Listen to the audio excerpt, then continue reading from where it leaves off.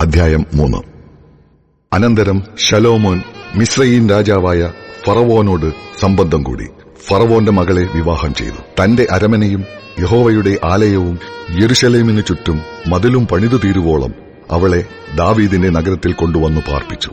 എന്നാൽ ആ കാലം വരെ യഹോവയുടെ നാമത്തിന് ഒരു ആലയം പണിയാതെ ഇരുന്നതുകൊണ്ട് ജനം പൂജാഗിരികളിൽ വെച്ച് യാഗം കഴിച്ചുപോന്നു. ശലോമോൻ യഹോവയെ സ്നേഹിച്ചു. തന്റെ അപ്പനായ ദാവീദിന്റെ ചട്ടങ്ങളെ അനുസരിച്ചു നടന്നു. എങ്കിലും അവൻ പൂജാഗിരികളിൽ വെച്ച് യാഗം കഴിക്കുകയും ധൂപം കാട്ടുകയും ചെയ്തു. രാജാവ് ഗിബെയോനിൽ യാഗം കഴിപ്പാൻ പോയി. അത് പ്രധാന പൂജാഗിരിയായിരുന്നു. അവിടുത്തെ യാഗപീഠത്തിന്മേൽ ശലോമോൻ 1000 ഹോമയാഗം അർപ്പിച്ചു. ഗിബെയോനിൽ വെച്ച് യഹോവ രാത്രിയിൽ ശലോമോന് സ്വപ്നത്തിൽ പ്രത്യക്ഷനായി. നിനക്ക് വേണ്ടുന്ന വരം ചോദിച്ചുകൊള്ളുക എന്ന് ദൈവം അരുളി ചെയ്തു. അതിന് ശലോമോൻ പറഞ്ഞത് എന്തെന്നാൽ, എന്റെ അപ്പനായ ദാവീദ് എന്ന നിന്റെ ദാസൻ സത്യത്തോടും നീതിയോടും ഹൃദയപരമാർത്ഥതയോടും കൂടെ നിന്റെ മുമ്പാകെ നടന്നതിന് ഒത്തവണ്ണം നീ അവന് വലിയ കൃപ ചെയ്ത് ഈ വലിയ കൃപ അവനായി പാലിക്കുകയും ഇന്നുള്ളതുപോലെ അവന്റെ സിംഹാസനത്തിൽ ഇരിപ്പാൻ അവന് ഒരു മകനെ നൽകുകയും ചെയ്തിരിക്കുന്നു. എന്റെ ദൈവമായ യഹോവേ, നീ അടിയനെ ഇപ്പോൾ എന്റെ അപ്പനായ ദാവീദിന് പകരം രാജാവാക്കിയിരിക്കുന്നു. ഞാനൊരു ബാലനത്രേ, കാര്യാദികൾ നടത്തുവാൻ എനിക്കറിവില്ല. നീ തിരഞ്ഞെടുത്തതും പെരുപ്പം നിമിത്തം എണ്ണവും കണക്കും ഇല്ലാത്തതുമായി വലിയൊരു മഹാജാതിയായ നിന്റെ ജനത്തിന്റെ മധ്യേ അടിയൻ ഇരിക്കുന്നു. ആകയാൽ ഗുണവും ദോഷവും തിരിച്ചറിഞ്ഞ് നിന്റെ ജനത്തിന് ന്യായപാലനം ചെയ്യുവാൻ വിവേകമുള്ളൊരു ഹൃദയം എനിക്ക് തരേണമേ. അതുകൂടാതെ നിന്റെ ഈ വലിയ ജനത്തിന് ന്യായപാലനം ചെയ്യുവാൻ ആർക്കു കഴിയും? ശലോമോൻ ഈ കാര്യം ചോദിച്ചത് കർത്താവിന് പ്രസാദമായി. ദൈവം അവനോട് അരുളി ചെയ്തത് എന്തെന്നാൽ, നീ ദീർഘായുസ്സോ സമ്പത്തോ ശത്രുസംഹാരമോ ഒന്നും അപേക്ഷിക്കാതെ ന്യായപാലനത്തിനുള്ള വിവേകം എന്ന ഈ കാര്യം മാത്രം അപേക്ഷിച്ചതുകൊണ്ട് ഞാൻ നിന്റെ അപേക്ഷ പ്രകാരം ചെയ്തിരിക്കുന്നു. ജ്ഞാനവും വിവേകവുമുള്ളൊരു ഹൃദയം ഞാൻ നിനക്ക് തന്നിരിക്കുന്നു. നിനക്ക് സമനായവൻ നിനക്ക് മുമ്പ് ഉണ്ടായിട്ടില്ല. നിനക്ക് സമനായവൻ നിന്റെ ശേഷം ഉണ്ടാകുകയുമില്ല. ഇതിനു പുറമെ നീ അപേക്ഷിക്കാത്തതായ സമ്പത്തും മഹത്വവും കൂടെ ഞാൻ നിനക്ക് തന്നിരിക്കുന്നു. നിന്റെ ആയുഷ്കാലത്തൊക്കെയും രാജാക്കന്മാരിൽ ഒരുത്തനും നിനക്ക് സമനാകില്ല.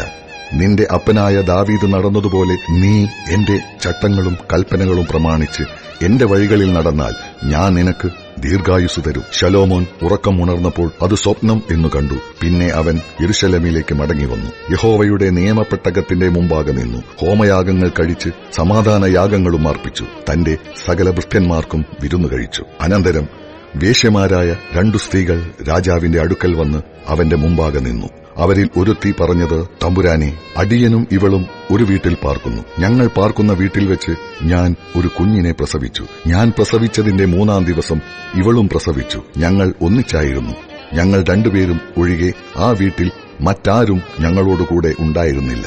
എന്നാൽ രാത്രി ഇവൾ തന്റെ മകന്റെ മേൽ കിടന്നുപോയതുകൊണ്ട് അവൻ മരിച്ചുപോയി. അവൾ അർദ്ധരാത്രി എഴുന്നേറ്റ് അടിയൻ ഉറങ്ങുന്ന സമയം അടിയന്റെ അരികെ നിന്ന് അടിയന്റെ മകനെ എടുത്ത് അവളുടെ പള്ളയ്ക്കലും അവളുടെ മരിച്ച മകനെ അടിയന്റെ പള്ളയ്ക്കലും കിടത്തി. രാവിലെ കുഞ്ഞിന് മുല കൊടുപ്പാൻ അടിയൻ എഴുന്നേറ്റപ്പോൾ അത് മരിച്ചിരിക്കുന്നത് കണ്ടു. വെളിച്ചമായ ശേഷം അടിയൻ സൂക്ഷിച്ചു നോക്കിയേറെ അത് അടിയൻ പ്രസവിച്ച കുഞ്ഞല്ല. അതിന് മറ്റേ സ്ത്രീ, അങ്ങനെയല്ല, ജീവനുള്ളത് എന്റെ കുഞ്ഞ്, മരിച്ചത് നിന്റെ കുഞ്ഞ് എന്ന് പറഞ്ഞു. ഇവളോ, മരിച്ചത് നിന്റെ കുഞ്ഞ്, ജീവനുള്ളത് എന്റെ കുഞ്ഞ് എന്നും പറഞ്ഞു. ഇങ്ങനെ അവർ രാജാവിന്റെ മുമ്പാകെ തമ്മിൽ വാദിച്ചു. അപ്പോൾ രാജാവ് കൽപ്പിച്ചത്, ജീവനുള്ളത് എന്റെ കുഞ്ഞ്, മരിച്ചത് നിന്റെ കുഞ്ഞ് എന്ന് ഇവൾ പറയുന്നു.